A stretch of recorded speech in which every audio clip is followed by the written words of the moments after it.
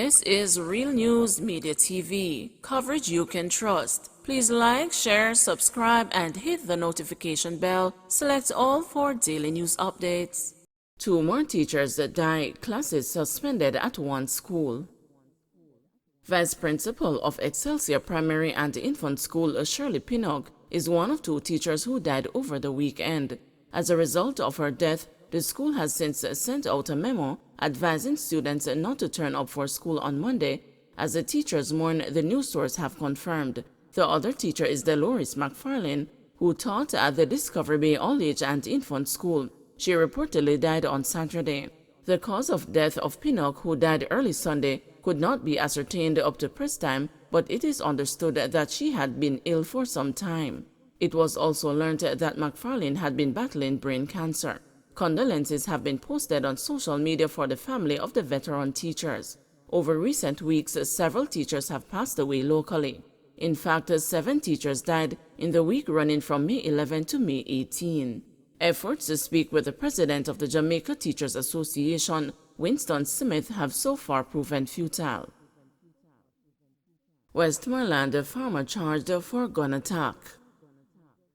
A Westmoreland farmer accused of a July 2020 gun attack on men who were searching for a stolen cow has been charged. Odane Cooper, 27, of Wharf Road in Smithfield, was charged on Saturday with 3 counts of shooting with intent and illegal possession of firearm.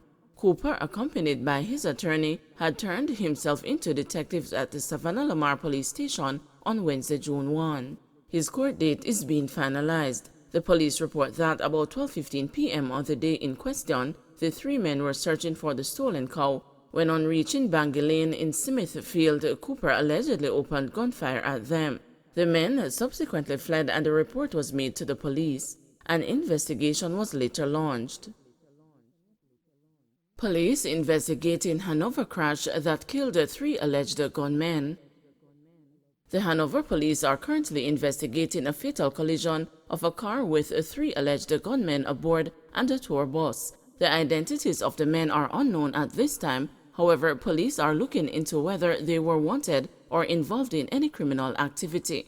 "We are trying to get the identity of the 3 men and where they are from," stated Superintendent Sharon B. Putt, the officer in charge of the Hanover Police Division. 1 black and chrome Browning single-action firearm with a magazine containing 13 9mm cartridges were found in the car by the police. The other weapon is a black chrome Barretta firearm with a magazine containing 14 9mm cartridges. The incident took place on a section of the Northern Coastal Highway in an area called the Barbican. Reports from the police are that about 12:30 p.m., the Nissan Latio motorcar with the 3 men aboard was traveling from the direction of St. James towards Lucy, when upon reaching a section of the Northern Coastal Highway in an area called the Mosquito Cove, the men realized that the police were conducting a spot check. The driver of the car hastily spun around, lost control, and reportedly collided with a Toyota Hiace bus with 5 occupants. The men in the car were pronounced dead at hospital, while the driver of the tour bus and the 4 passengers are currently receiving treatment. Their conditions are not considered serious. Superintendent B. Putt has commended an off-duty policeman who arrived on the scene and was able to retrieve the weapons. "I commend the off-duty police officer who is on vacation leave and was at the scene. He was able to secure the scene and retrieve the firearms so that the firearms did not get into the hands of unscrupulous persons," she said. Suspect charged with killing of China Harbour Engineering Company employee. A man who turned up at a hospital with gunshot wounds has been charged in connection with the shooting death of a China Harbour Engineering Company employee. Aaron Samuels, 47, a construction worker from Baldwin Crescent, Kingston 20, and Lacovia Crescent in St. Elizabeth, is charged with murder and illegal possession of a firearm and ammunition. Samuels is charged with the killing of Rohan Hales, 44, from Albion Heights in Yallas, St. Thomas. Hales was shot dead by gunmen while ordering at a cook shop near his workplace in 10 Miles Bulway in the parish. Samuels was picked up by the police after seeking treatment for gunshot wounds at a hospital shortly after Hales' killing. He was charged on Thursday after being pointed out during an ID parade.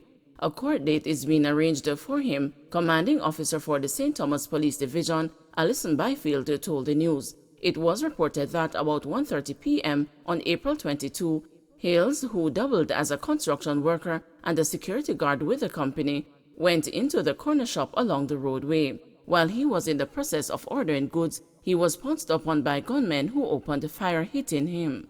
The gunmen fled after they were challenged by a licensed firearm holder. The police were alerted and Hales was taken to the hospital where he was pronounced dead. Minor earthquake felt in some parts of Jamaica. A minor earthquake was felt in at least 2 parishes early Sunday. According to the University of the West Indies Earthquake Unit, the tremor had a magnitude of 3.3 and was felt in Santa Cruz, St. Elizabeth, and Ebony Park, Clarendon. Well-known Treasure Beach transport operator Darren James says he was fast asleep at his home in the South Coast tourist haven early yesterday morning when he was jerked awake by a quake, which was very hard but didn't last long. "Vroom, the thing just jumped me right out of my sleep. Didn't last no time, just a couple of seconds," James told the news by telephone. He left his bed and went outside to find the talk of the tremor, which shook at shortly after 5:30 a.m. on every tongue, James said. The earthquake, which was recorded at 5:40 a.m., was located 26 kilometers offshore Treasure Beach, St. Elizabeth, and had a focal depth of 16.3 kilometers. Further west in Black River, one resident reported feeling a slight vibration while another stayed fast asleep. A resident in Mountainside said he was standing in front of his fridge when the thing started shaking. He thought at first it was a heavy truck passing his house, but then he realized that there was no truck. He claimed that the shaking lasted about 5 seconds. In Santa Cruz, the tremor was very mild and appeared to last no more than a second. In Alligator Pond, a well-known restaurateur Everall Christian knew nothing about the tremor when the news checked. "I was fast asleep, I felt nothing, and haven't heard anybody say anything about it," he said. But in high-altitude Mandeville, one early riser said she felt the tremor. "It was very faint, but the chair in which I was sitting gently shook," she said. Jager's lawyers file appeal. Reggae singer Jager's legal team has now filed an appeal to have his conviction on an attempted manslaughter charge overturned, the Netherlands Prosecution Service is confirming. There is no date yet scheduled for the hearing, as the appeal case is still in a rather preliminary phase. However, both the prosecution and the defense have appealed the lower court's verdict. Tushka Est, press officer of the Netherlands Public Prosecution Service, told the news.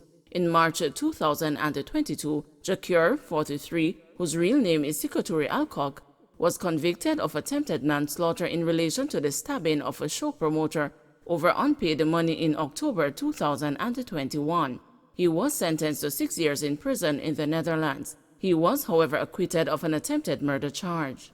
Following the singer's sentencing, Dutch prosecutors appealed to the court against the acquittal of the attempted murder charge. The defense has now followed the suit. An appeal is lodged by submitting an application to the Court of Appeal. The time within which an appeal can be lodged is in principle 3 months, commencing the first day of the judgment date. In the notice of appeal, the Court of Appeal is requested to partially reverse the judgment of the court by which that judgment was delivered. The lawyer of the appellant is not immediately under any obligation to explain why the judgment is being disputed. The lawyer is required to explain in a statement of appeal why the court's judgment should be reversed in the summoned proceedings. The respondent's lawyer is then required to respond to the statement of appeal in a statement of reply. On May 17, a pro forma court date is to decide if the suspect should be kept in detention was held. The date was a shorter formal procedural matter.